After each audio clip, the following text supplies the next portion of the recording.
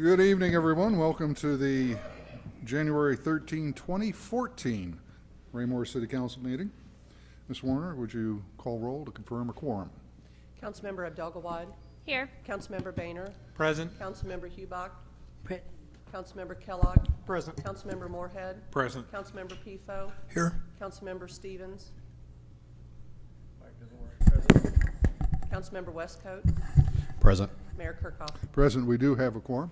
Would everybody please rise and join me in the Pledge of Allegiance?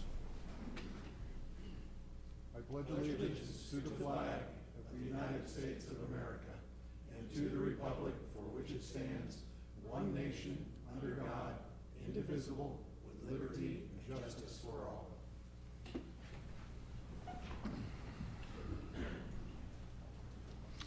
We have no presentations and awards tonight, but we do have a personal appearance. Ms. Jody Houston, if you'll come to the podium.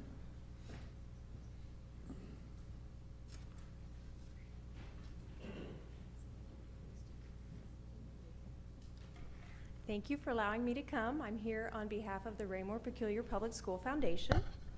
The board was formed in 1991. We currently have 15 board members, of which Mayor Kirkhoff is one of them. And we meet monthly and we do lots of neat things. Some of the things I wanted to share with you that we do senior scholarships. Each year, seniors can apply for anywhere between 5 and 10 scholarships, and we award those. We also do academic awards. The top student in different categories such as foreign language, practical arts, science, they're awarded. We give those awards. We also started a new program just last week. It's for teacher grants. All the district employees, no matter if they're a teacher, a nurse, anybody can apply for a teacher grant. The foundation has allotted $5,000, and so we will be awarding those February 21st. And we're excited so far. The teachers have gotten on board. We have 5 or 6 that have applied. We're also doing a library program. The foundation has allotted $5,000 for library improvements. And I'm meeting with the librarians on the 22nd, and they're going to kind of give me their list of priorities, and then we're going to give them $5,000 to do what they see necessary. Another thing we're doing, May 7th, is the Teacher of the Year, Support Staff Employee of the Year. Each year, people can submit nominations, and then it goes before a committee, and a Teacher of the Year is chosen, and the support staff, it's narrowed down to 10 finalists. It's a big event. Mark your calendars. You might want to come. It's a lot of fun. The most exciting thing that we've done recently, and I'm sure that you've heard about it, is the CAN program. It's called Caring About Nutrition. It's a backpack program for students in need that go hungry. Over the weekends, we try to kind of fill in the meals. We put in 2 breakfasts, 2 lunches, 2 dinners, 2 snacks for the weekend, and then if they have a long weekend, we try to cover that as well. The community has been phenomenal in providing money, monetary, volunteer time, food. There's bins around the areas and all the schools, and it's going very, very well. Renee Kirkhoff is one of the ones that kind of helped do that, and then Allison Bruflat, and it's going very well. And I would imagine you've probably seen some info on that. The exciting part about that is we just added the middle school and the high school. We were serving 7 schools, but we saw that there was a need in the middle school and the high school, so we've created pantries there so kids can come in and kind of get things they needed. Another thing that Raymore did that was really neat, the Price Chopper did a voucher program, and they co-opted with us. We sold them for $25. Price Chopper pretty much absorbed the cost, any profit whatsoever, and we sold 95 vouchers, and were given out to families that were in need over the Christmas time. We also work with alumni. If any of you are alumni, we would love to get you on our rolls. We're going to do a distinguished alumni award. That's getting ready to start. And then we also save Hy-Vee receipts. If anybody goes to Hy-Vee and would like to give us their receipt, we get a portion of that. We have some dates coming up that I'm excited about. March 21st is the first annual gala. We're going to have a speaker, Harold Finch. He's a motivational speaker. He'll be there, and it'll be great food, fun. It'll be at Gregory's, and that is March 21st. We're also going to have a walk, our first annual 5K. That's on April 5th. We would love to have you participate. And again, the Teacher of the Year award banquet is May 7th. So I appreciate Raymor's support of our foundation, and I hope to partner with you more in the future. Right. Thank you. Thank you. Thank you. Oh, question? Ms. Houston, I'm sorry. thank you for reading all that off, but there was no way I was going to get all those dates down. Is there a website or a good place that we can Absolutely. kind of catch up our calendars for all those events? Yes, I gave her some handouts that she'll give you, and my website's on there, but if you go to the Raybeck Schools website and hit Foundation, you'll see the information. Mhm. Anything Any else? other questions? Okay, thank you. Thank you. Thank you. We'll move on to staff reports. Mr. Berlin? Thank you, sir. I'll call on the city clerk, Jeannie Warner. Thank you. The MML Legislative Conference will be held this year on February the 11th and 12th in Jefferson City. If you plan to attend, please let the city clerk's office know no later than January 31st. Thank you. Thank you. Thank you, Jeannie. I'll call on the Parks and Recreation Director, John Kennedy.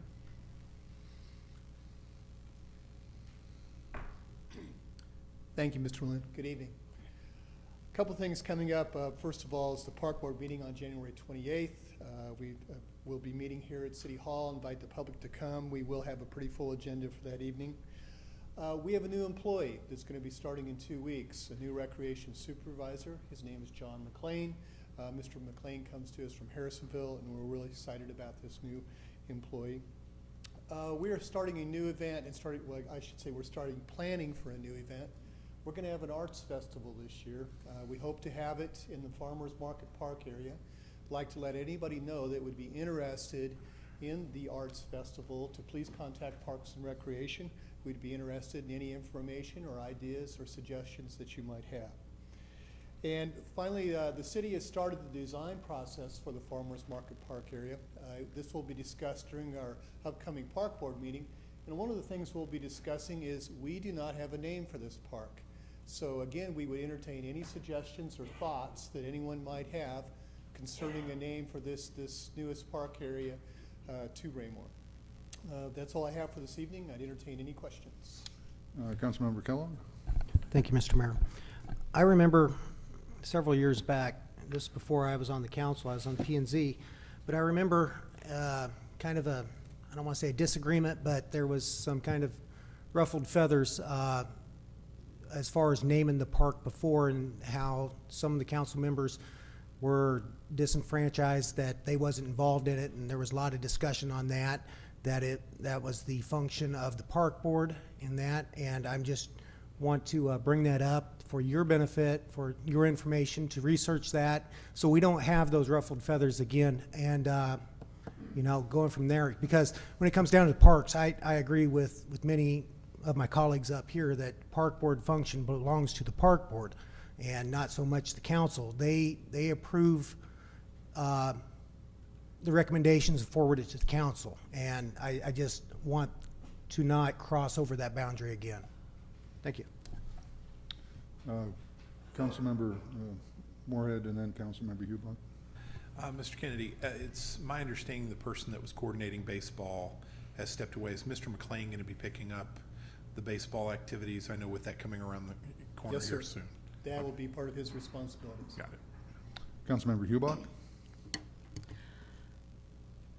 As I understand it, the parks are administered, the operations are owned by the park board. However, because it's public land, it belongs to the citizens. One of the things that I know for a fact that the Historical Society has asked the park board to consider calling this Hannah Square, the farmers market, for the reason that T.B. Hannah was the first businessman to come to Raymore in 1870. And also, he was very, very active in it. And then when Lincoln died, he was one of the, in the honor guard when they took the body back to Springfield, Illinois. And we have felt that something here in Raymore should be named after T.B. Hannah. And we had requested that the farmers market be renamed that. And so I don't know whether you've received that information or not, but that was several months or so ago that was done. And I'm asking the council and the citizens and the park board to consider T.B. Hannah Square as the name for that, because we need something in Raymore to remember the people who first came here and settled this area. Other questions? Thank you. Thank you. Thank you, John. I'll call on the Community Development Director, Jim Ketterat. Thank you. Just one announcement this evening. The next meeting of the Planning and Zoning Commission will be next Tuesday, January 21st. It'll be a work session. The commission has asked for training on the city's stormwater management program, so we're going to have some discussion over some of the things for the Planning Commission to look for when they're reviewing stormwater plans and those kind of items. So that's the only business they have scheduled for next week. Thank you. Thank you. Questions? Thank you. Thank you, Jim. Just with regard to the naming the park, I'll just note that if and when the park board does make a decision as to a recommendation for the park area that's currently houses the farmer's market, that will come before the council. The council can always defer to the park board's recommendation, but the ruffled feathers that Mr. Kellogg mentions were actually a number of council members who were displeased that the park board made a recommendation when that appeared to be the final decision. So we will be bringing that matter before the council at whatever time as the park board decides to make a recommendation on that. And I would just note that city offices will be closed a week from today, Monday, in commemoration of Martin Luther King Jr. Day, and there will not be a meeting on that night. That's all I have, sir. Thank you. Thank you. Thank you. Committee reports. Do we have a welcome feature committee report? Yes, I do. The committee met on January 6th, last Monday, before the work session is scheduled, and there's no new information at this time. We're waiting on updated information. As soon as that comes in, Mr. Westcoat will notify me and Ms. Abdelgawad, and we will meet at the next work session meeting 30 minutes before the meeting. Okay, great. Thank you. I'll entertain a motion to dispose of the consent agenda. Mr. Mayor, I move that we approve the consent agenda to include item A, City Council Minutes, December 9th, 2013, item B, acceptance of the 2013 Street Preservation Project, and item C, the acceptance of the 2013 Street Maintenance of Thoroughfares Project. Second. There's a motion and a second to approve the consent agenda. Is there any discussion? I'd ask that item A be removed from the consent agenda. Okay. Item A will be removed from the consent agenda. The motion is to approve items B and C on the consent agenda, and then we'll come back and visit A. Is there any other discussion? All in favor? And the motion is approved unanimously. I'll entertain a motion to dispose of item A on the consent agenda. Mr. Mayor, I move that we approve the City Council Minutes, December 9th, 2013. Second. There's a motion and a second to approve item A. Councilmember Moorhead. Yes, Mr. Mayor, upon review, on page 53 of our e-packet, the second sentence, the words implicit and explicit are transposed, and actually they should be switched. It was part of a discussion that I had, and just to clarify that. Okay, would this be classified as a Scribner error, or does it require a motion to? I would recommend a motion to approve the minutes as amended. Okay. I'll entertain a motion to approve the minutes as amended. Mr. Mayor, I move to approve the minutes as amended. Second. Any other discussion? Okay, all in favor? 1, 2, 3, 4. 1, 2, 3, 4. The motion is approved unanimously. And we will move on to unfinished business. We have a second reading of Bill 2930 by title only. The second reading of Bill 2930 by title only, an ordinance of the City of Raymore, Missouri, amending the fiscal year 2014 and fiscal year 2014 capital budget, removing funding for a master plan for the farmers market area, and increasing funding for development of the farmers market area in the same amount. I'll entertain a motion to dispose of the second reading of Bill 2930. Mr. Mayor, I move that we approve Bill 2930, the budget amendment for the farmers market planning. Second. There's a motion and a second to approve the second reading of Bill 2930. Is there any discussion? All in favor? 1, 2, 3, 4. 1, 2. All in favor? Okay. In opposition? There is 1 in opposition and 7 in favor. The motion carries. And now we'll move on to new business. And the first item of new business is a liquor license application, which requires a public hearing. So I'll open the public hearing by calling for a staff report. Thank you, sir. I'll call on the city clerk. Thank you. Dean Westcott, the owner of Minsky's Pizza, has filed an application for a liquor license for their location at 812 West Foxwood Drive. The public hearing was properly advertised in the Journal for this meeting. The city clerk finds that the applicant has met the city code requirements and recommends approval. A majority of the council by vote is required, and approval to obtain the city license is also subject to approval from the state of Missouri. The applicants in the audience, if the council would have any questions. Okay, thank you. Is there any questions for staff or the applicant? Councilmember Kellogg? Not of the applicant, but of the clerk. Does this require a simple majority or super majority? You said a majority. Simple majority. Thank you. Okay. This is a public hearing. If anybody would like to come forward to speak, please identify yourself for the record and keep your comments to under 5 minutes. Seeing no one come forward, I'll close the public hearing, and let's see, we don't need a motion, we just need a vote. Is there any discussion prior to the vote? Okay. All in favor? 2, 3, 4, 1, 2, 3, 4, and by majority, it's carries. And we'll move on to item B. The first reading of Bill 2931 by title only. The first reading of Bill 2931 by title only.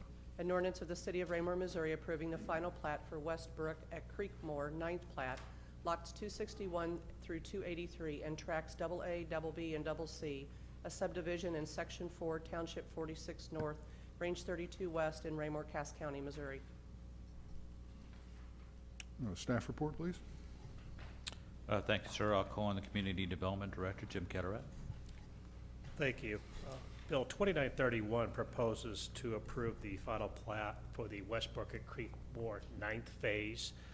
This 9th phase will be located east of the existing Edgewater subdivision at the eastern end of Creekmore Drive. It's proposed to have 23 lots spread over approximately 10 acres. One note to make about this phase: Creekmore Drive will end at the, if you would, the southern terminus of this subdivision, and there will need to be installed as part of our development agreement. The developer has agreed to install a temporary cul-de-sac, which would allow any emergency vehicles, anybody traveling on that roadway, to be able to make a turnaround to head back, because it is a dead-end street. Eventually, that road will continue both east and south to connect to Madison Street. But for temporary purposes, there will be a turnaround at the end of the street. The Planning Commission did submit findings of fact regarding the review of the application, and at their January 7th meeting, they did vote 8-0 to forward this application onto the City Council with a recommendation of approval. I included the engineering department's review of the final plat, as well as the developer has signed the development agreement. Thank you. Questions of staff? Councilmember Kellogg? Thank you, Mr. Mayor. You said that this will eventually tie into this, sorry, I lost my screen, tie into the south and to the east eventually, is that correct? That's correct. Creekmore Drive will go to the east to Madison Street. To the south, there'll be another connection that would be able to get you down to 163rd Street extended. How long out are we talking about before that connects? I don't know this is exact time frame. I know we've had discussions with the developer about this roadway having a loop. The difficulty, at least at the current time, is navigating around the existing golf course. You have to weave your way around the existing holes, but it's certainly something that we've been monitoring with the developer, so we have a second means of access to these lots. Okay, well, my concern is that there's 23 lots in that cul-de-sac, and not that I'm against cul-de-sacs, because I particularly like them, but in reality, and I know the developers heard this from me before, but I'll reiterate it, that is a cul-de-sac, and when it comes down to snow removal, cul-de-sacs and dead-end streets are last on priority, and that's 23 houses in there, and like last winter when we had 14 inches on Wednesday, and then the next Thursday we had another 15 inches. Very difficult for those folks to navigate in and out of their streets by the sheer volume of snow that we can sometimes have. And I just want to make that, clear that, then it can go into maybe something that council needs to discuss in the future when we have such large neighborhoods or streets that have that many houses on a cul-de-sac. If, that's affecting a lot of people in one street. And as far as discussing the priorities, the priority level of the street plowing and that. So I just want to keep that in mind and bring that up to the developers' attention there. Other questions of staff? Thank you. I'll entertain a motion to dispose of the first reading of Bill 2931. Mr. Mayor, I move that we approve Bill 2931, the final plat for Westbrook at Creekmore, ninth plat. Second. There's a motion and a second to approve the first reading of Bill 2931. Is there any discussion? All in favor? 1, 2, 3, 4. Motion carries unanimously. We have the first reading of Bill 2933 by title only. The first reading of Bill 2933 by title only, an ordinance authorizing the issuance of tax increment refunding and improvement revenue bonds, Perrin Raymore Galleria Project, Series 2014A, and subordinate tax increment revenue bonds, Perrin Raymore Galleria Project, Series 2014B of the City of Raymore, Missouri, and authorizing certain other actions in connection with the execution and delivery of the bonds. Thank you. Staff report? Thank you, sir. In 2012, the city entered into the Second Amendment of a TIF agreement with the Raymore Galleria LLC regarding an economic incentive necessary to attract Sam's Club, which, as you know, opened a few months ago. The ordinance before you, in accordance with that agreement, will approve the issuance of tax increment revenue bonds associated with the Galleria tax increment financing plan and a principal amount that will provide a refunding of the Galleria TIF Series 2005 bonds that remain outstanding for the TIF project, and will also provide the $5 million in new funds which were agreed to, which will allow the city to make the payment under the amended and restated TIF agreement between the Raymore Galleria and the city. The Series 2014 bonds will be repaid from TIF revenues generated in the Galleria.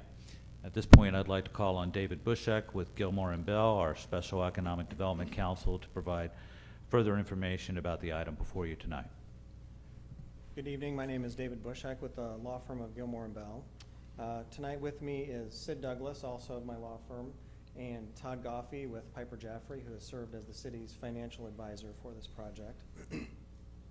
We also have some representatives from the developers team in the event there are any questions that the council may have about the project. Quick summary of the history of the project leading up to the bond issuance and the ordinance tonight. There were two series of events previously that formed the history for this project. The first series of events occurred in 2005. The TIF plan was approved in January of 2005. Projects 1 and 2 were approved and activated, and TIF collections started in 2005 in those project areas. Those are the two project areas that are located south of Highway 58. TIF contract with the developer for the first project was approved. Separate contract with the developer Raymore Galleria for the second project was also approved back in 2005. And the city issued bonds in the principal amount of $10.4 million. Then the next series of events came in 2012.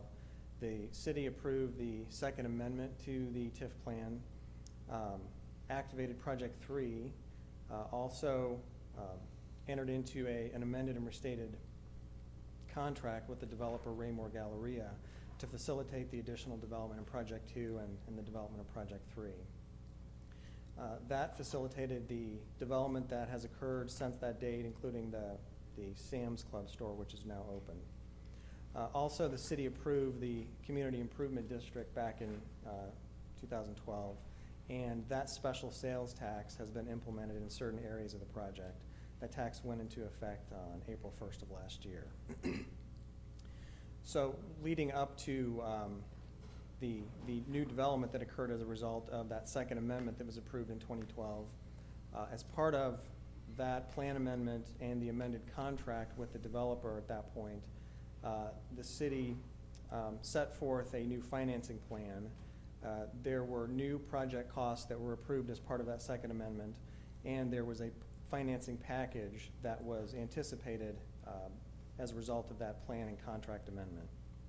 That plan amendment and the contract amendment spelled out which new project costs would be reimbursed with bonds and which would be reimbursed on a pay-as-you-go basis. And it essentially left off the sizing of those bonds until a later date after further review had occurred. And we have completed that work, which is now presented to you by the ordinance tonight. The city has engaged, as I mentioned, Piper Jaffray as the financial advisor. A revenue study has been completed or nearly completed by a Florida company, and the city has engaged an underwriter that will sell the bonds. And so if this ordinance is approved tonight, then it will carry out two primary actions that were contemplated back by that second amendment in 2012. A new series of bonds would be issued, and that will accomplish two tasks as part of the financing plan. The first is those 2005 bonds that were issued by the city would be fully refunded at better financing terms. And second, the new bonds that would be issued by the city will produce new funds in the amount of $5 million that will allow for the anchor tenant allowance payment that was contemplated by that second amendment to be made to the developer. The other costs that were set forth in that second amendment will be repaid either through a note to the developer or on a pay-as-you-go basis. The note is essentially a prioritized pay-as-you-go reimbursement. So the flow of the TIF revenues, if this ordinance is approved, is first to repay the new series of bonds that would be issued by the city for the purposes I mentioned, then to fund a series of costs associated with reserve funds and reimbursement to the city for some prior costs that were incurred. And then the revenue flows to repay the developer for those remaining costs that were approved as part of that 2005 amendment. The bonds that would be issued by this ordinance will be repaid from TIF revenues with one exception, which is an issue that we discussed back in 2012 when the second amendment was approved by the council, and that is a limited amount of specific sales tax revenues. The city's 1 cent general sales tax revenues that are produced within the Project 2 area would be pledged to repayment of the bonds on a limited basis if the TIF revenues that are generated by the project are insufficient at any point to make a bond payment in future years. The first source of revenues that would be used is a reserve fund that is funded up by the issuance of the bonds in the amount of $1.6 million. And then second, if that is ever exhausted for any reason, there is a business interruption fund that will be funded up.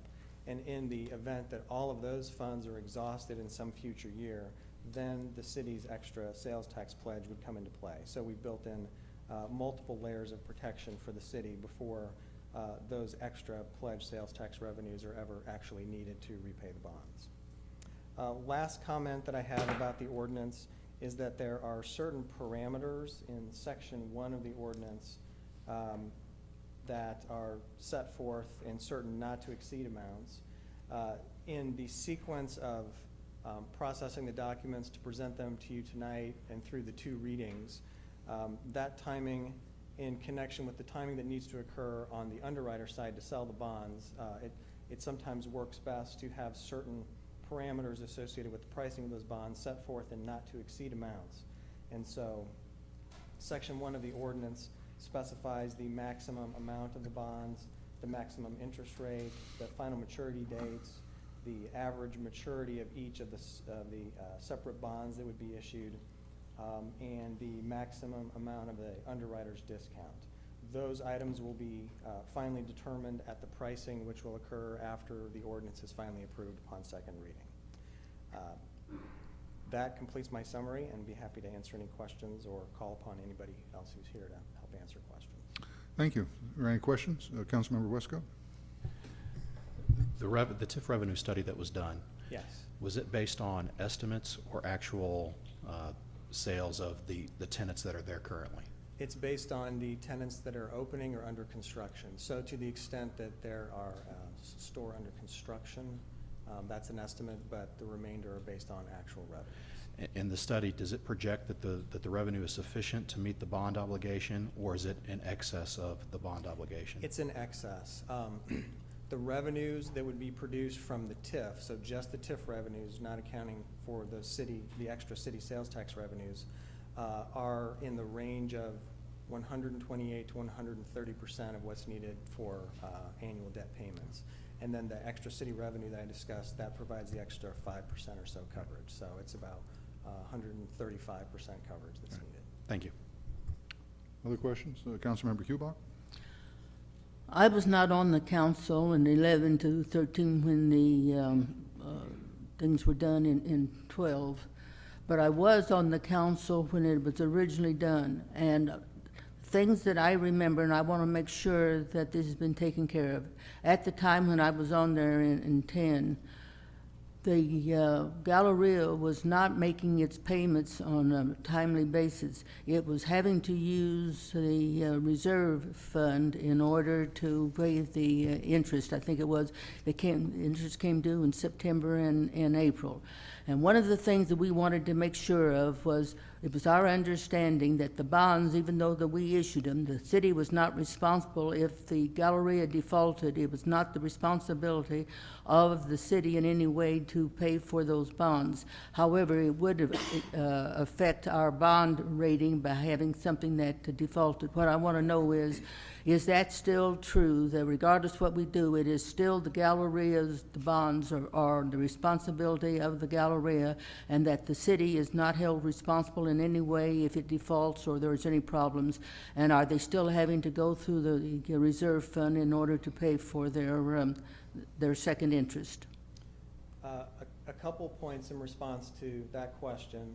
I think the issue of dipping into the previous reserve fund was a matter of the revenues that were being produced as opposed to timely payments, but those reserves were used to make bond payments in the past. One of the things that this ordinance facilitates is a refinancing of those revenues, and so new reserves will be established and funded up in full to provide for new reserves for the future bond payments.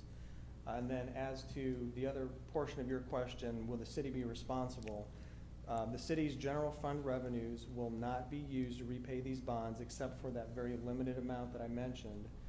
In the event that the two reserves are completely exhausted, then the city's 1 cent general sales tax revenue that's produced only within the Project 2 area could be called upon in a limited amount to make those bond payments if we go through those layers of protection and we eventually need to use those. Okay. But it's just that limited amount.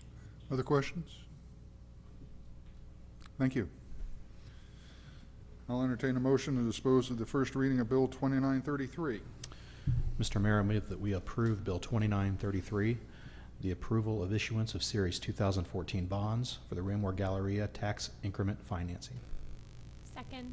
We have a motion and a second to approve the first reading of Bill 2933. Is there any discussion? All in favor? 1, 2, 3, 4. 1, 2, 3, 4.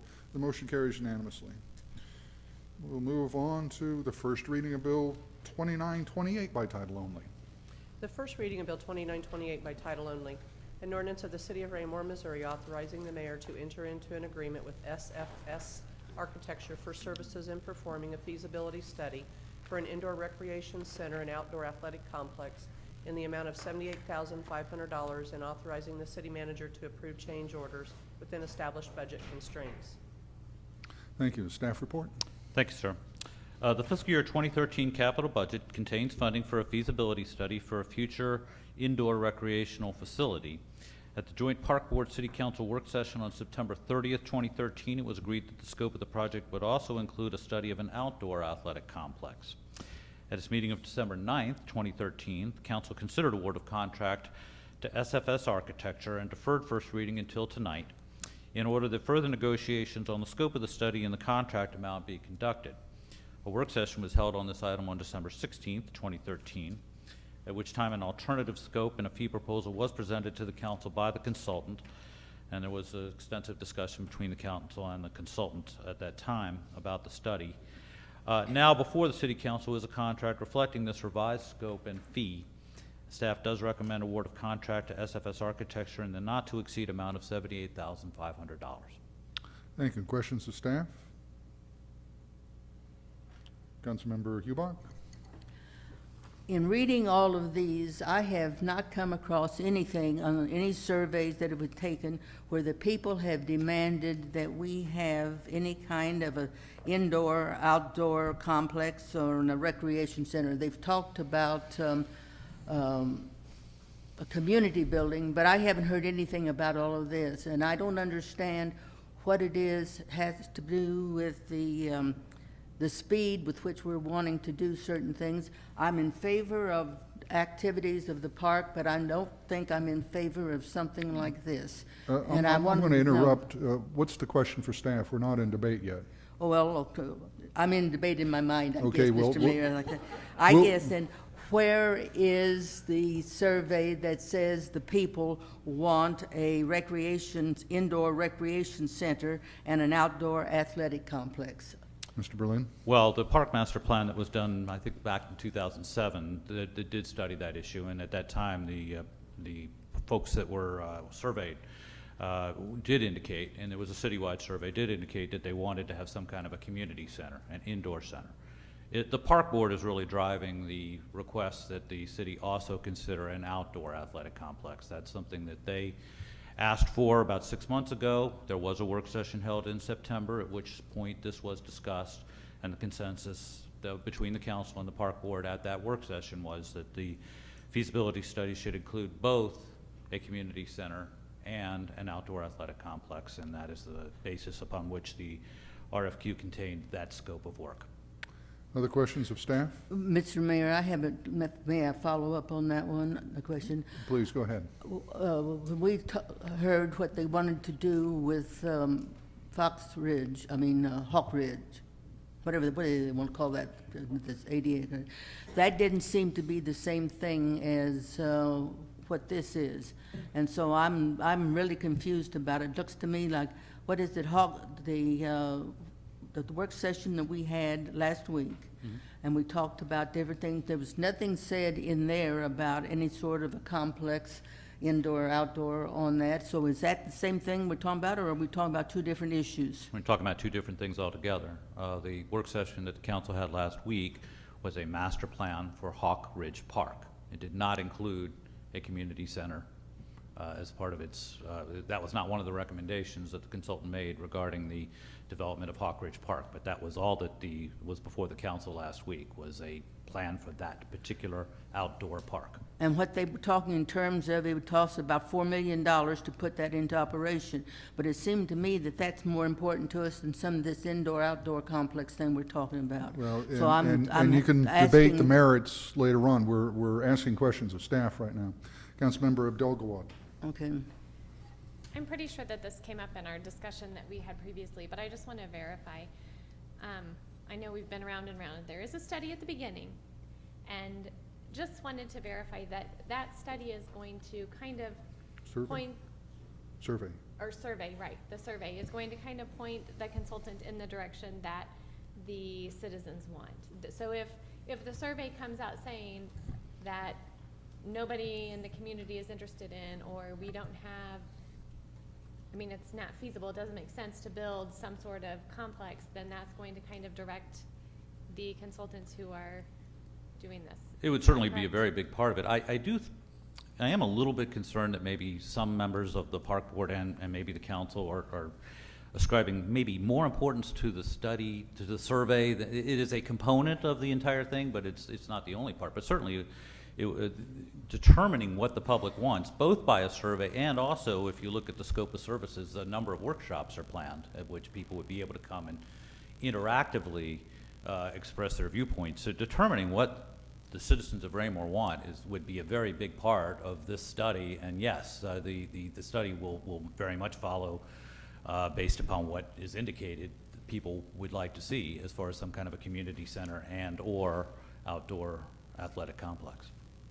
And the study, the survey, would be the very first item that would be conducted as part of this study. And just to reiterate what we talked about in December, the city staff is not capable of sitting down independently with a survey company, developing a survey that would be, accomplish the goals that we need. It really needs to be done in consultation with the feasibility study consultant. Other questions of staff? I'll entertain a motion to dispose of the first reading of Bill 2928.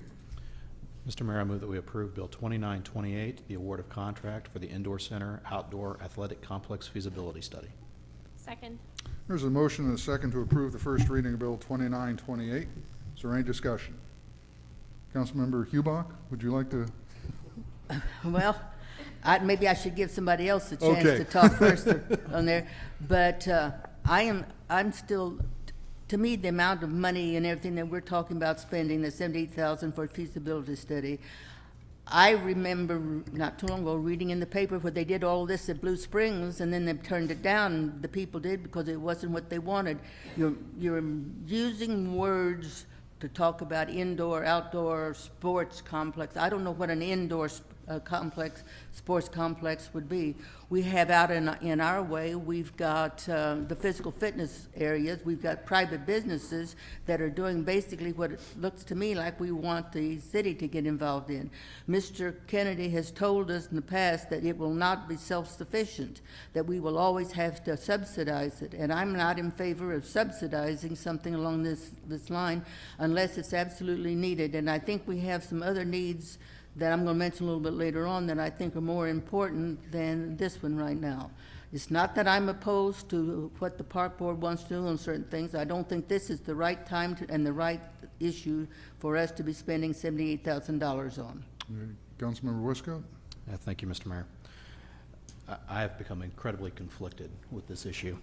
On one side, I can't vote no because, we put out an RFQ and our consultant in good faith, filled that RFQ. But on the other side, I guess it became an issue when I saw the Hawkridge Park master plan. There were 1,400 invitations sent out. We had 208 participants, which in order for it to be statistically valid, we need over 400 people to participate. And I understand that, sometimes we have to put a plan forward and let the people to vote on it to see if that's what they want. But when there's a cost associated with it, we need to know that up front. Because now we have this master plan for Hawkridge Park, which, and from my understanding, not all the 208 participants that participated were even all Raymore taxpayers. So now we have a master plan that was devised that now the rest of the city has to pay for, which is a $4.5 million price tag. So is that something that the taxpayers are going to want to pay for? Well, that's why, I think we've really put the cart before the horse on this issue. We need to find out what the citizens are willing to pay for so that we have an idea of what to tell the consultant, which avenue to go down. Right now, our scope is too wide. Just like in Hawkridge Park, we gave, hey, sky's the limit, design whatever you want. And there's some cool features in there. One of them, the observation tower, I think it's cool. I also think it's a huge liability nightmare and one that our insurance company will evaluate and say, are you kidding? Kids rappelling off the edge of the thing.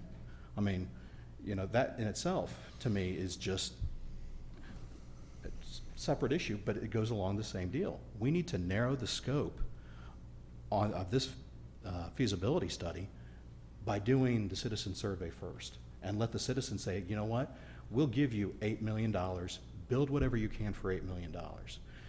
If we go out and do this in conjunction and everything else, it's too commingled and dirty. But again, I'm in conflict because on one side, I don't want to vote yes, and on the other side, I can't vote no, so. Other comments? I'd like to know why you feel you can't vote no. You can always vote no, you can always vote yes. There's no law that says you can't. I think he was waxing lyrical, or however that phrase goes. Any other comments? Councilmember Abdel-Gawad? Just a couple things I feel like I should share or point out. The biggest feedback I've gotten from people in the community about this, number one, which I've said over and over and I keep hearing from people, is for years, people in Raymore have wanted a community center, so build us a community center already. I think there, as we've discussed before, there are many, many different ideas of what that should look like. And so I think, you know, that's the big idea. That's the main point of this study, is help us figure out what it is that the people want, because we have so many different ideas, so many different viewpoints of what we think we need, and we need to kind of boil it down to, all right, here's what really makes sense, here's what most people want, here are some options we could throw in because there are people who are interested in this. I mean, I think that's really, in my mind, where we're going with this study. Give us some ideas of what people want, what we can afford, how much this is going to cost, not only right up front to build it, but, you know, do we need to look at phases? Like when we talked about Hawk Ridge, they told us right up front with that, we're going to have to look at this in phases. It's not all going to happen right away, if ever. You know, this is just the big plan, the big idea of some cool stuff you could put here. So I think it's great to be doing a study to give us an idea what people want, what the options are. But the big thing I'm hearing from people is that's a lot of money to spend on that, you know, so. Thank you. Eric, you had a comment? Well, just if I might, you know, we did a little bit of research into what a typical study for this kind of thing would cost, and I don't know how you can do a project of this magnitude. We're talking about a $10 million project is what we're anticipating now, without doing a study that determines all the items that are listed in the scope of services on page 272 of your e-packet, which do include a major component of it is determining what it is that the community is interested in. But also, once that's determined, once you have that data, looking at options for a site and ranking those options, that's a complicated endeavor. Identifying possible phasing options, then establishing estimated construction and total project costs, information we do not have at the current time. Determining estimated operational costs and revenues, a very important part of it. Will it need a subsidy or will it not? That's not yet determined. Then talking about funding options and how we can do those things. So those are all very, very big things that again, your city staff is frankly not capable of doing on its own. But with regard to the cost that you mentioned, $78,500 is about 3/4% of the total project cost. Our information is that 1 to 2% for a study of this sort is appropriate. So this does seem to staff to be right there at about the amount. I understand it may seem like a lot, but a lot is being asked of the consultant that we're looking at hiring. A lot of different, very complicated, frankly, tasks are involved in addition to surveying the community. That's a big part of it, but it's not the only part of it. So I think for all that's being asked, the estimated cost is reasonable. Thank you. Just a second, Councilmember Kellogg, you had your hand up a minute ago. Did you want the floor? I don't want the floor. Okay, I'll pass it on to somebody else then, because there's two more hands that I saw. I'm conflicted also, very similarly to what Mr. Westcott has spoke about. I've gotten communication from constituents in my ward that particularly troubled by the procedure that's panning out here. Some of the comments and sentiments I've got is that they feel like we're being steered towards a certain end and not so much as to what the community actually wants. The comments that I have received is that the statistical survey should have been done prior, before we even hired a consultant to do this. That way we had an idea as to what we could tell the consultants what we want, instead of the consultants telling us what they think we want. That's the concern that I have. And I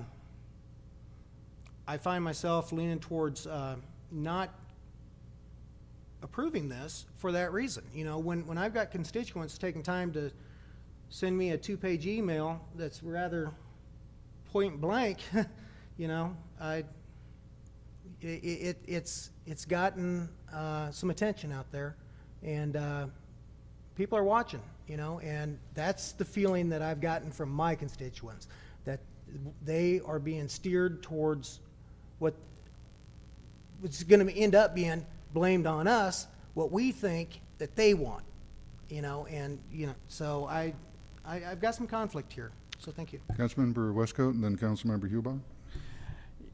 I'm not arguing against the feasibility study. I believe that we will need to do a feasibility study. We absolutely will. My challenge is that if the scope is too broad, it's kind of like asking your kid, "Hey, where do you want to go on vacation?" And they're like, "Oh, let's go here, here, here, here, and here." And then you look at your pocketbook and say, "Okay, now that you've given me 15, now let me limit it down to 2, and those might not have even been the ones of the 15 that you gave me." And again, I go back to the Hawkridge Park issue. We said, let's dream, and I think that's what they even called the package that everybody signed up, to give the information in. And so, oh yeah, let's do this, and let's do this, and let's do this. But if you don't do that in the scope of what you can afford, then everything that you've done and all the work that you do is wasted. Why not decide and find out how much the citizens are willing to pay so that we know what we can do that makes our consultant more efficient? I mean, why go down an avenue that we don't have to go down if we know we can't go down? Me personally, I would love to have a High Blue Wellness Center right smack dab in the middle of Raymore. It'd be a lot more convenient for me to drive there than it would be for me to drive to Belton. However, if you ask me, do I want to pay the taxes to support it because there's not enough citizens here to make it successful, then that's a different answer. What I want and what I know I can afford are often two different things. And I think that's kind of what we're faced with. I mean, if we do the study, the statistical study first, and find out what the citizens are willing to pay. If they're willing to pay $35 million, then, full steam ahead. But if they're only willing to go $5 million or $8 million, that changes the scope of what the consultant needs to do. Why not do the first step first, and then everything else becomes more efficient moving forward? And that's what the conflict is that I'm facing. Councilmember Hubach. Well, when I look at it, some of the most congested areas in Raymore are actually closer to the Belton Community Center than the people in Belton are. But I'm not using either one of them, so it doesn't make any difference. I wouldn't use this other one. But I think that that's too much money to spend. I agree with you all. We're not even in agreement here. And I don't know if something was put before us on the council, as voters, how many of us would even support our own issues? And that bothers me. If we aren't united in anything, how can we expect the people to be united? And we're not, because we don't know, like you're talking about your vacation, you don't know what city you're going to visit, you don't know what your transportation is going to be, whether you're going to fly, you're going to train or drive or what. There are too many unknowns for us to go in and spend $78,000.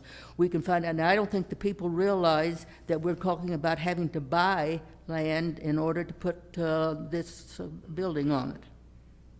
Thank you. Any other comments? Councilmember Pifo? I guess I'll be the minority supporter here in this situation and try to resolve some of the conflict people are having. The way I see this, we don't know what we don't know. And, doing this piecemeal, to me, doesn't make sense. It would be like saying, we want to do strategic planning, let's get a consultant to do needs analysis. Then we'll hire another consultant to go on and do goals, another consultant to do objectives. This package, the way I see it, is one that will allow us to get answers to a lot of those questions that we're asking. And I agree we don't know the answers, but we have already budgeted the majority of these funds. We're looking for a $3,500 difference, basically. I mean, these funds are in the budget to get answers to these questions.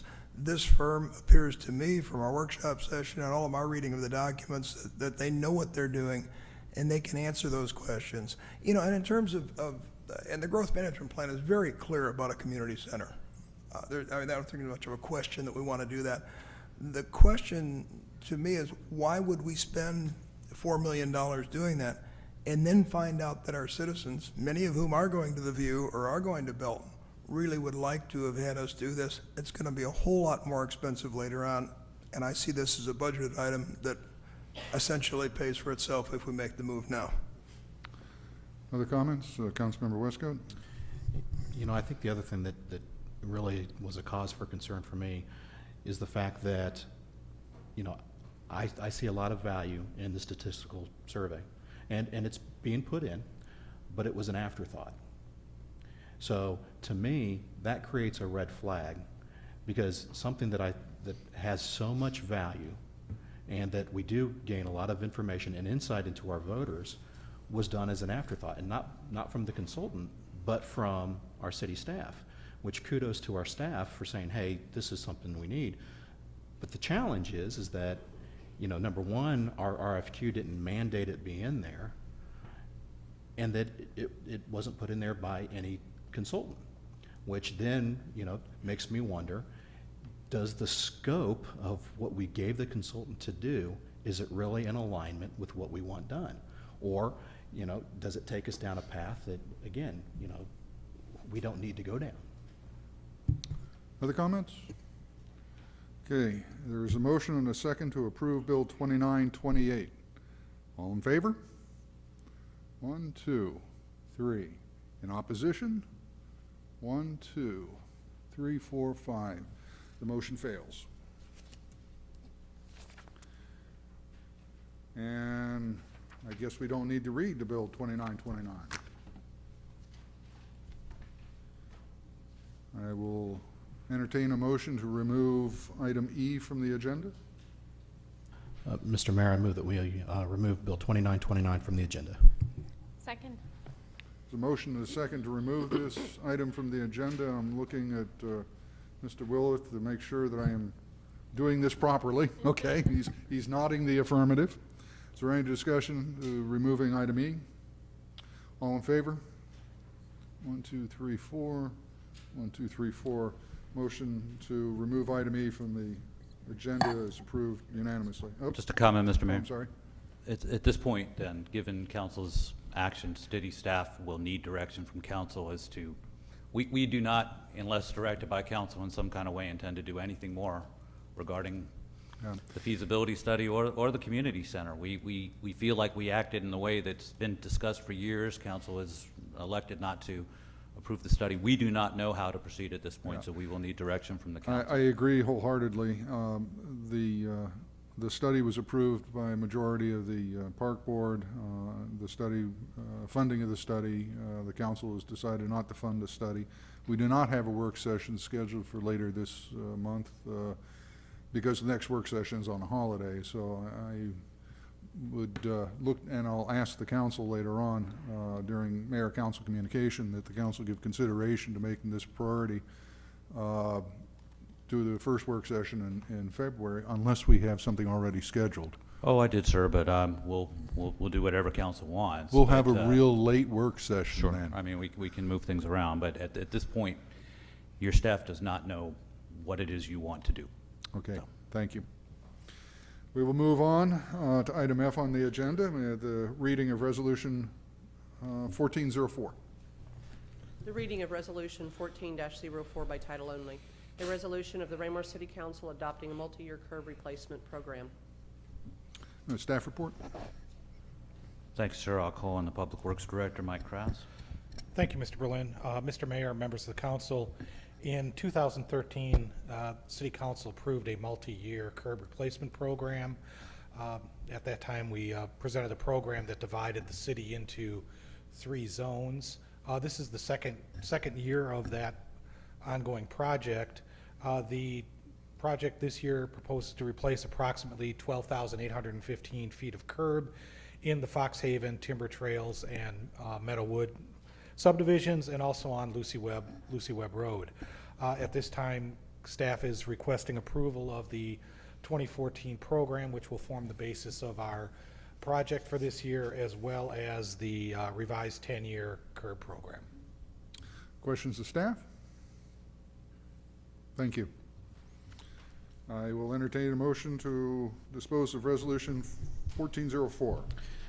Mr. Mayor, I move that we approve Resolution 1404, the approval of the 2014 and long-term curb replacement program. Second. There's a motion and a second to approve the reading of Resolution 1404. Is there any discussion? All in favor? 2, 3, 4. 1, 2, 3, 4. And motion carries unanimously. I have a reading of Resolution 1403 by title only. The reading of Resolution 14-03 by title only. A resolution of the City of Raymore, Missouri confirming the January 1, 2014 effective date to commence enforcement of the city code requirement to install sidewalks on undeveloped lots. Staff report, please. Thank you, sir. I'll call on Mr. Cataret. Thank you. Resolution 14-03 requests council to confirm that section 445.030K2 of our UDC, which is regarding sidewalk and undeveloped lots, that section of code remains appropriate, and the effective date of the requirement for enforcement purposes shall remain as January 1st, 2014. The resolution also asks council to confirm the process proposed by staff to implement the enforcement of this code section. And that process was detailed at your work session last week, where staff did outline the 7 steps to a proposed process we would have to administer this code provision.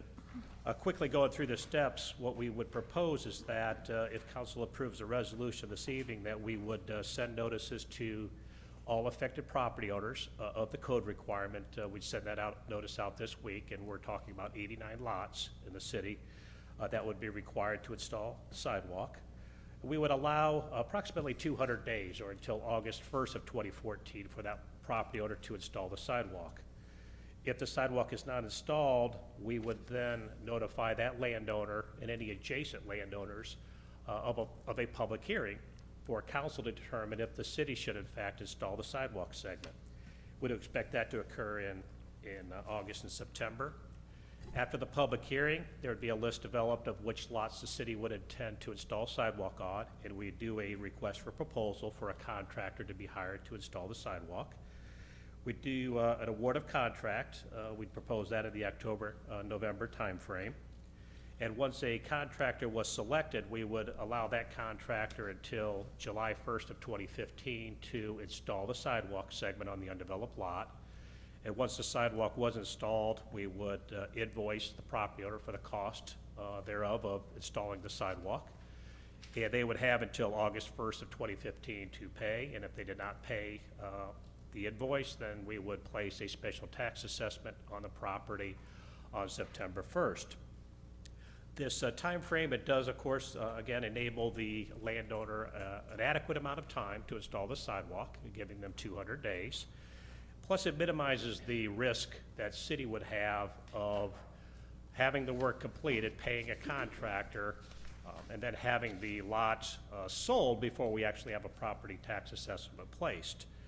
The Cass County Collector only allows us to establish the tax assessment one time a year in September.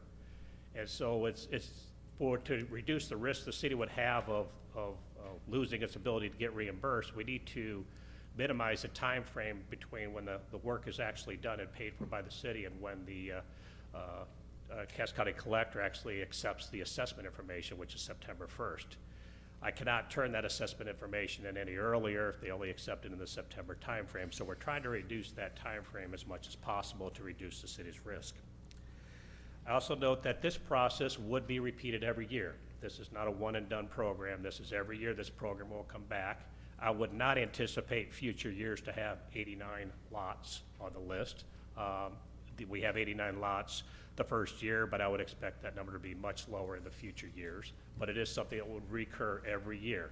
So any lots that would be triggered from this moment forward for the rest of calendar year 2014 would be on the list in January of 2015 to begin the process. So again, this is a program that repeats every year. Staff does request that council approve Resolution 1403 and the process that we've outlined in the memorandum. Thank you. Questions of staff? Thank you. I'll entertain a motion to dispose of Resolution 1403. Mr. Mayor, I move that we approve Resolution 1403, the resolution of sidewalk on undeveloped lots. Second. We have a motion and a second to approve for Resolution 1403. Is there any discussion? Councilmember Kellogg? Thank you, Mr. Mayor. I can see this creating some hard feelings from mostly developers, because we have heard from them that it doesn't make sense to put the sidewalk in before any construction, because those sidewalks can be damaged, and very true. But on the other side, looking proactively on these sidewalks that are going to be put in, I can't help but think they can be constructed and designed in a way with expansion joints and stuff that are designed to shear with the equipment going over it, so it minimizes the amount of damage to the sidewalk, so it doesn't cost them $1,800 2 times. You know, so I guess I'd ask staff if there's something that we could do procedurally or as far as policy from the council, that these sidewalks be constructed in a way that, you know, there are shear points at points where when the construction equipment and the trucks go over it, that it minimizes the damage to the rest of the sidewalks. Other comments? Councilmember Westcott?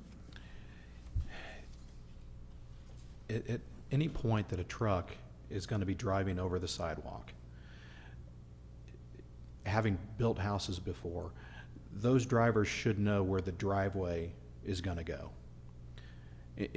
In theory, I mean, the developer, the builder, should be able to actually mark where the driveway portion would be, which that portion of the sidewalk is going to have to be removed anyway for them to pour the driveway.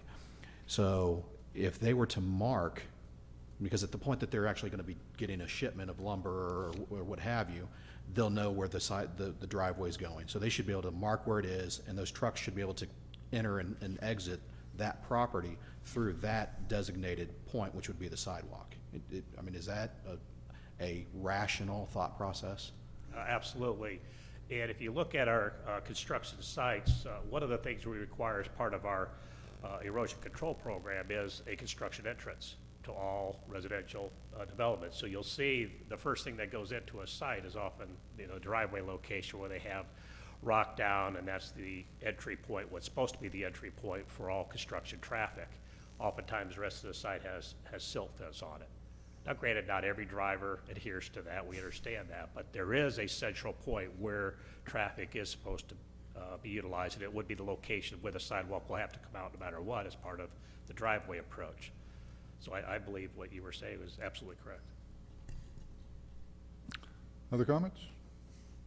There is a motion and a second to approve Resolution 1403. All in favor?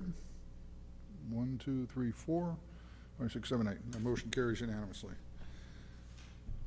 Now, the next item, we have one bill with 2 alternatives. So may we have the first reading of Bill 2932, Alt A or B? A. A. The first reading of Bill 2932A, an ordinance of the City of Raymore, Missouri, committing the City of Raymore to participate in the Show Me Green sales tax holiday in 2014 only. Thank you. Staff report? Thank you, sir. Senate Bill 1181, enacted by the General Assembly in 2008, established the Show Me Green sales tax holiday in state statute. The Show Me Green sales tax holiday exempts the sale of certain Energy Star certified appliances from state tax. It takes place annually in April.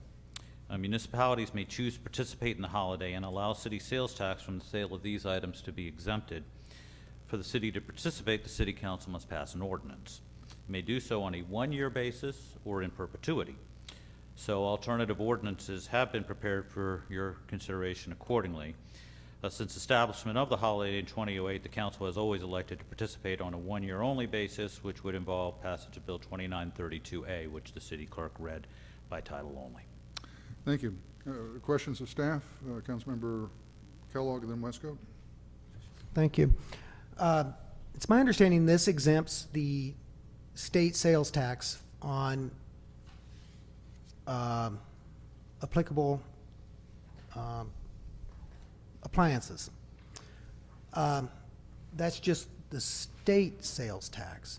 Is there, does by us passing this, would this exempt the sales tax as far as for like the SIDS or any other sales tax that go along with that, like a city tax? Because I specifically remember and holding off for several weeks to buy my refrigerator and my dishwasher last year to coincide with that holiday. And there was some discussion between me and the retailer that the city tax was not exempted. Is there, yeah, and that's. Should have been. What's that? It should have been, sir. I And- don't know and who that's you. yeah, exactly what, so. that's where I'm going with this. Is there a city sales tax that we're not exempting or anything like that? No. And including the SID too, because what some people, including me, is that when you have a tax holiday, that's all of them. You know, sir, I'm not sure about the SID. That's a good question. Certainly, by passage of this ordinance, the base city sales tax, 2.5 cents, would be exempted. Whether any additional sales taxes which are incorporated as a result of a community improvement district, I'm not absolutely sure. We can find that out for you by second reading. Please do. Wisco? Okay, other questions? Okay, I'll entertain a motion to dispose of the first reading of Bill 2932A, alternate A. Alternatively, I'd also entertain a motion if anybody wanted to put forward a motion to consider alternate B. So, Mr. Mayor, I move that we approve Bill 2932, alternate A, for the Show Me Green sales tax holiday to participate in 2014. Second. there's a motion and a second to approve Bill 2932, alternate A. Is there any discussion? Councilmember Hubach?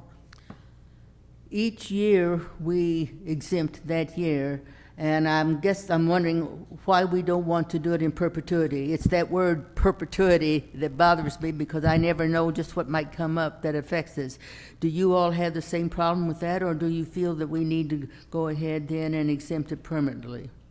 I see the mic is in front of our esteemed colleague over here. Joe, did you? Yes, Mr. Mayor, it's been my consistent position to this council that I advise we only do this on an annual basis. Two reasons. One, I don't think this council should bind future councils, and though our legislature acts like this is in perpetuity, I also don't trust that they will keep any law in effect in perpetuity. So my advice remains the same it has been the last 6 years, that you do this on a one-year basis only. Other comments? Councilmember Westcott? You know, I also like the idea of doing it annually, just from the standpoint of, you know, there could be a time in the future where we decide to do something on our own. And, you know, if this is, you know, what we want to use as a mechanism to offer that, we should have the ability to do that. And so that's why I like doing it just yearly. Other comments? Councilmember Abdel-Gawad? And just to mention, when we do it every year, it reminds people it's available. It's like free advertising. Seeing no further comments, we have a motion and a second to approve the first reading of Bill 2932, alternate A. All in favor? 1, 2, 3, 4. And the motion carries unanimously. And I believe that's all new business. So we'll open the floor to public comments. If you'd like to make a comment, please identify yourself for the record. Keep your comments to under 5 minutes. Seeing nobody coming forward, I'll close the public comment portion and move to mayor council communication using my handy dandy random generated list of council member names. So this evening, Councilmember Moorhead, you get to go first. Thank you, Mr. Mayor. First of all, I want to thank Jody Houston for coming and her presentation. I'm excited to see how the foundation continues to grow in the community, and I'm very proud and wish continued growth and success for the CAN program. It sounds like a fantastic program. I also note that we continuously give an extension of acknowledgement and thanks to city staff because they earn it every week we give it. But there's somebody who generally kind of remains quiet and doesn't always get the shout out, and I wanted to do that We're glad to have our city manager back, but there was a brief time when he was away justifiably. And Mr. Fairborn, I just want to thank you for keeping things under control. I know that you might have been putting out a lot of fires, but I didn't see them, which is a compliment to you. And you're a valued member of our team as well, and I just think you deserve an occasional shout out, so thank you. Thank you. Councilmember Kellogg? Thank you, Mr. Mayor. I'd like to acknowledge Chief Jan Zimmerman. She has recovered, and I understand she's back to work, and it's great to have her back. She's not here tonight, and hopefully she's enjoying a night at home. Just good to see her healthy and well. Then I have a few more. I'm sorry. Well, we keep you to 10 seconds, though, so go ahead. Have a few more seconds. Okay, thank you. I had the honor and the privilege of attending an Eagle Scout Court of Honor for Ray Swieba before the holidays, and what a neat event, and just real nice young gentleman, and congratulations to Race and the family and all of that. Very proud of him and his accomplishments. And then the last thing that I have is we have some students here tonight. You guys have done very well. You got your assignment done early. Now I'm going to dovetail into why this is important. Just before the holidays, just before you went out on your holiday break, I got a phone call from a frantic mother of one of your co-students that him and his friend failed to come to a council meeting, and they were in jeopardy of not getting their assignment done. And so me and the mother comprised a plan to get those those boys' requirements met, and I guess I would term it as their punishment. The first thing that I suggested is that they got to watch one of the council meetings, searching it on the internet, and that way they had to view the same pain that their fellow students did. And then they also, these two young gentlemen, came over to my house, I think 3 days before Christmas, and they sat and they talked with me and their mom for 2 hours about city government. So you did well. Your parents don't have to call and make you sit through 4 hours of Kevin's 5 minutes. So anyway. As I said, we tried to keep you to 10 seconds. So. See, and so anyway, that's what I got, and thanks a lot.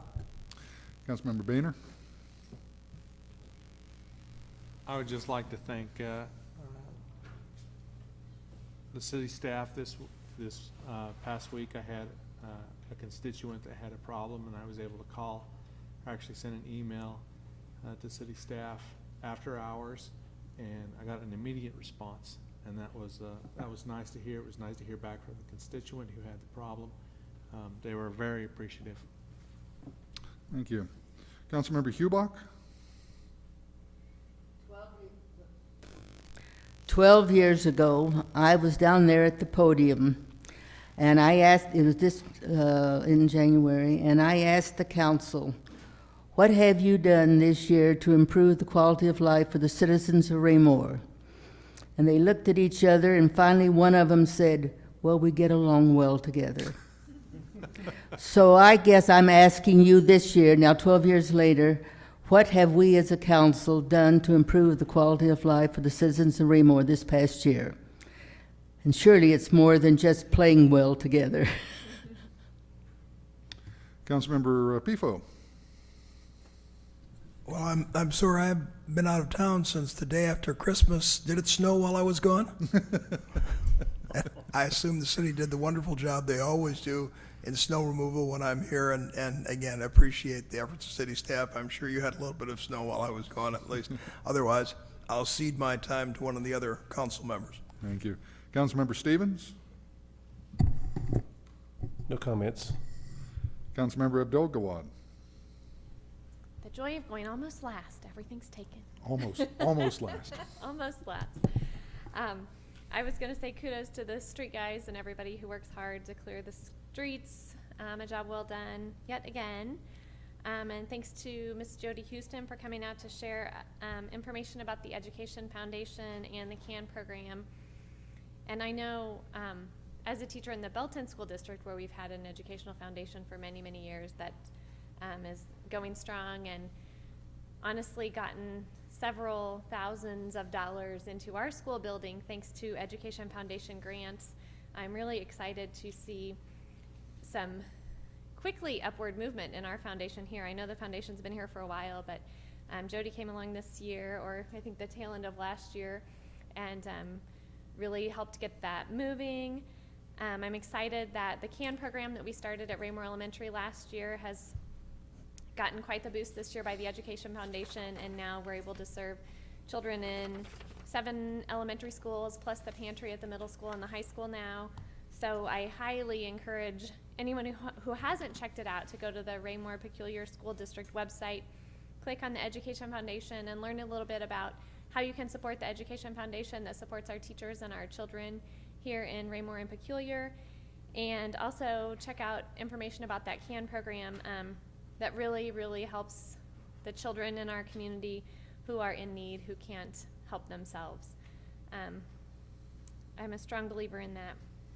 And then just one last almost snide comment. I'm disappointed yet again to see this council not support the park board. Thank you. Councilmember Westcoat? Thank you, Mr. Mayor. I'd first like to start by telling those students that had to sit with Councilmember Kellogg that they probably need to seek an attorney, because I think that borders cruel and unusual punishment. Just a little joke there. No, I want to thank all the students for coming out. You know, it is great to see more of the school district participating in city functions and vice versa. And so I'd really like to encourage that more. You know, it's nice to know what the various schools are doing, and unless you have kids in the district or in one particular school, you really don't know everything that goes on. So it's nice when they come before us and they can share it, and then we can get it out. One of the things that the school is doing is the Polar Plunge, which is not this Saturday, but a week from Saturday. I have signed up. There are still open slots for anybody who wants to brave the elements and take a dip.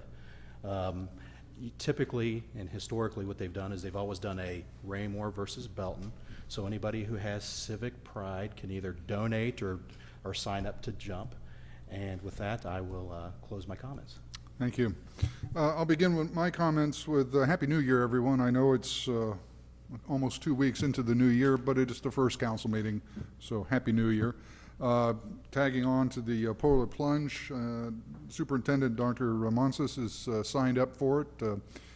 I'm sure that he is going to try to exceed the amount collected last year by our former superintendent. Councilmember Westcoat is also signed up, and he has received at least one donation so far, so it's too late to back out. So, the Ray-Pec Public School Foundation, and Ms. Houston mentioned that I'm a member of the board, as is Mayor Youngmeyer from Peculiar. The Ray-Pec Public School Foundation is really starting to take on strides. It's moving forward very well, boosted by the work done by a number of citizens in Raymore in the CAN program. The CAN program is just skyrocketed. It's doing a lot of good work in the community. They're having an open house for their pantry. If you haven't been to that pantry yet, this would be a good chance to take something down for the CAN program and drop it off, but also get a look at just how much work is done down there. That's going to be on the 23rd of January. You'll want to check their website for the location of the pantry. I didn't know that we were going to have an arts festival. That's pretty neat. I'm looking forward to that. So, and the last comment, and this is attaches to something Councilmember Abdelgawad was saying, and this is for Mr. Berlin for our future work session, to discuss what we're going to do for a community center. And I'm taken back to a number of years ago, and I think it was back when I was on the P&Z, and the mayor at the time was on the P&Z, and he commented to me that what we needed to do is at least start with something, and his suggestion was a Butler building mounted on a slab in one of the parks. At least it would be something to get going. And we do, I think, as a community, do need to move forward for something, but whatever that thing is, shouldn't stand alone. It should be something that as time progresses, we're able to add on to it and improve it. But there is a large question of timing now. If we were, and this is for you to take a look at for the work session, if we were to send out an RFQ for a statistically significant survey, how long of a period of time does that RFQ have to be out there? How long does the survey then have to run? And then how much talk would have to be done at the end of that survey? And how far down the road does that put us? And then we'd need to do a feasibility study based on the results of that survey. And that feasibility study, as I would think, would have to take into consideration just as the one that was presented here tonight, what other facilities are in the area that would draw away from something that we had put here? What other facilities, I think Councilmember Westcott mentioned that Peculiar is looking at putting in some soccer fields. Do we want to duplicate that? So a complete feasibility study would have to be done, and this would, again, it would have to start off with a request for quotes, and there would have to be a period of time there, and then a feasibility study would have to be done. And then when all that is done with, are we well past the time that we could do a no tax increase bond issue? If we could just sketch out real loosely the timing of this so that we understand what we're up against. It may be to the point now that we just defined it as it's going to have to be pay-as-you-go, or we're going to have to go to the citizens for a tax increase. So, and that's all I have for this evening. We do have an executive session, so I'll entertain a motion to go into executive session. We'll return from the executive session simply to adjourn the meeting, the main meeting. Mr. Mayor, I move that we go into executive session to discuss litigation matters as authorized by 610.021 subsection 1. Second. We have a motion and a second to go into executive session. Roll call vote, please. Councilmember Abdel-Gawad? Yes. Councilmember Boehner? Yes. Councilmember Hubach? Yes. Councilmember Kellogg? Yes. Councilmember Moorhead? Yes. Councilmember Pifo? Yes. Councilmember Stevens? Yes. Councilmember Westcott? Yes. We will adjourn to executive session. We'll come back to this main meeting only to adjourn the meeting. Thank you, everyone. Pete.